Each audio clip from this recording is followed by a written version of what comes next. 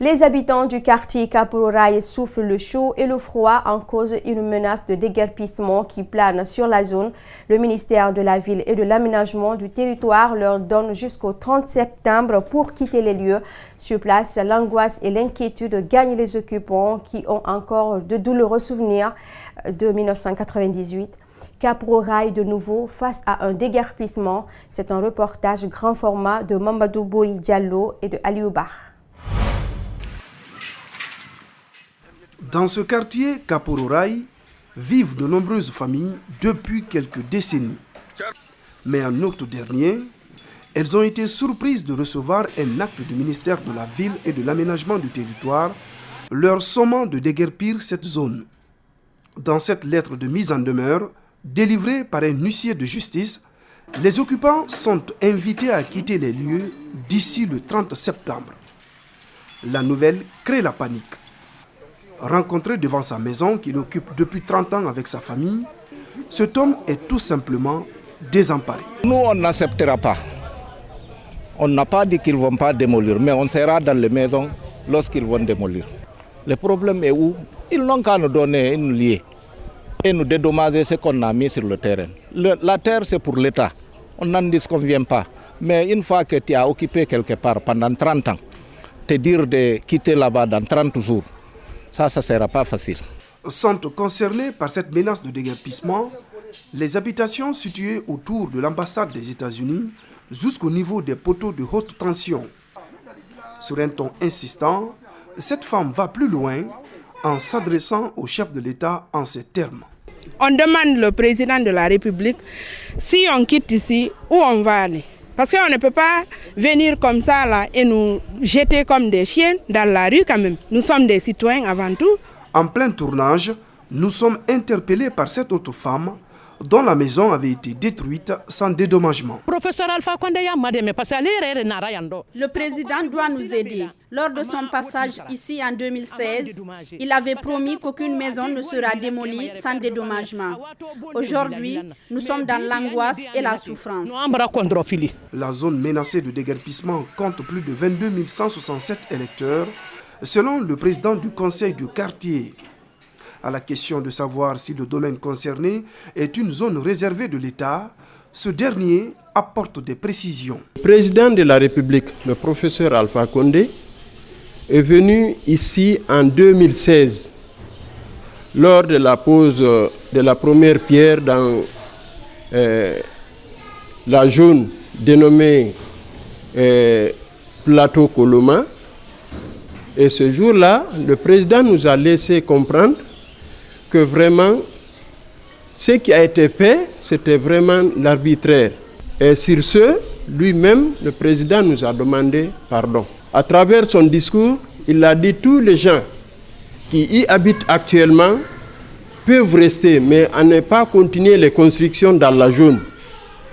Mais lorsque l'État serait prêt, qu'ils viendront dédommager les gens qui sont là, y compris ceux qui ont été déjà déguerpis. Apparemment, le président du conseil de quartier est inquiet et redoute des résistances de la part des occupants.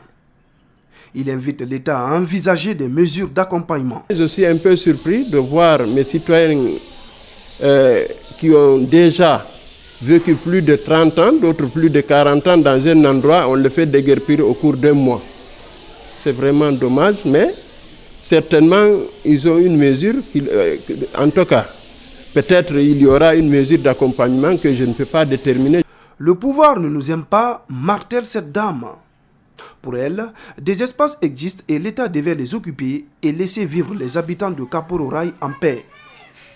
En attendant de voir la suite de ce nouveau déguerpissement des populations de cette localité, après celui de 1998, sous le feu général Lansana Conté, les habitants vivent dans l'inquiétude et l'angoisse. En interactualité, à le voir trottiner dans les rues de Hamamatsu, centre du Japon, chapeau vissé sur la tête, Iwao Hakamada passe pour un simple octogénaire en balade. Rien ne laisse imaginer qu'il est un condamné à mort en sursis. Iwao Hakamada est sorti du couloir de la mort, mais pourrait un jour y retourner. Cet octogénaire japonais a passé près d'un demi-siècle en prison avant d'être libéré il y a 4 ans dans l'attente d'un nouveau procès. Il vit aujourd'hui chez sa sœur Hideko qui a consacré sa vie à l'épauler. Je répondrai toujours présente quand on m'appelle pour essayer de convaincre de son innocence. Même à l'autre bout du Japon. L'affaire remonte à 1966 et au meurtre du dirigeant d'une entreprise de soja fermenté et de sa famille. Employé de la société, Iwao est arrêté et sous pression de la police avoue avant de se rétracter. Condamné à mort 2 ans plus tard, il ne cessera de clamer son innocence. En 2014, des tests génétiques remettent en cause sa culpabilité. Il sort alors de prison, mais l'enfermement ne l'a pas laissé indemne. En prison, il s'est créé un univers mental en dehors de la réalité pour survivre à la peur d'être exécuté. Ça n'a pas changé depuis qu'il est sorti. Nouveau rebondissement en juin, la justice décide finalement qu'un nouveau procès n'aura pas lieu. C'est désormais au tour de la Cour suprême de se prononcer et si les juges acceptent la demande du parquet, Iwao retournera en prison. Son passé, Iwao ne l'évoque pas directement, mais dans l'univers que s'est créé cet ex-boxeur professionnel, la notion de combat est centrale. Si on se dit qu'on ne peut pas gagner, il y a de fortes chances qu'on perde. Mentalement, il faut croire en la victoire, sinon c'est fichu. En attendant la décision de la plus haute instance du pays, Iwao part se promener tous les après-midi. Une façon de rester fort face à la menace de la peine capitale, la pendaison au Japon.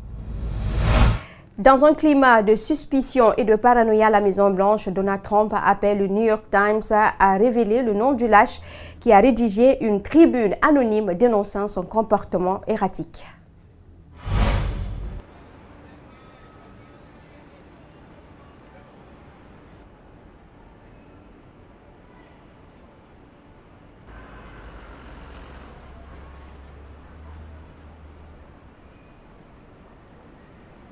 The latest act of resistance is the op-ed published in the failing New York Times by an anonymous, gutless coward. You just look. He was, nobody knows who the hell he is, or she, although they put he, but probably that's a little disguised, that means it's she.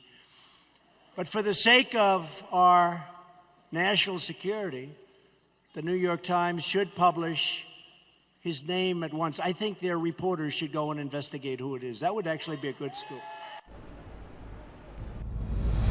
Et pour finir cette édition, député d'extrême droite Jair Bolsonaro, favori du premier tour de la présidentielle d'octobre au Brésil, a été opéré d'urgence jeudi après avoir été poignardé en pleine campagne par un ancien militant de gauche. Le candidat se trouverait dans un état stable, mais les médecins affirment qu'il avait été victime de plusieurs lésions, notamment à l'intestin. L'affaire fait grand bruit. Au Brésil, un candidat poignardé, le député de l'extrême droite Jair Bolsonaro, a reçu un coup de couteau en pleine rue à Juiz de Fora. Grièvement blessé à l'abdomen, il a été opéré avec succès dans cette ville où il faisait campagne. L'agresseur du député, donné favori au premier tour de l'élection d'octobre, a été interpellé.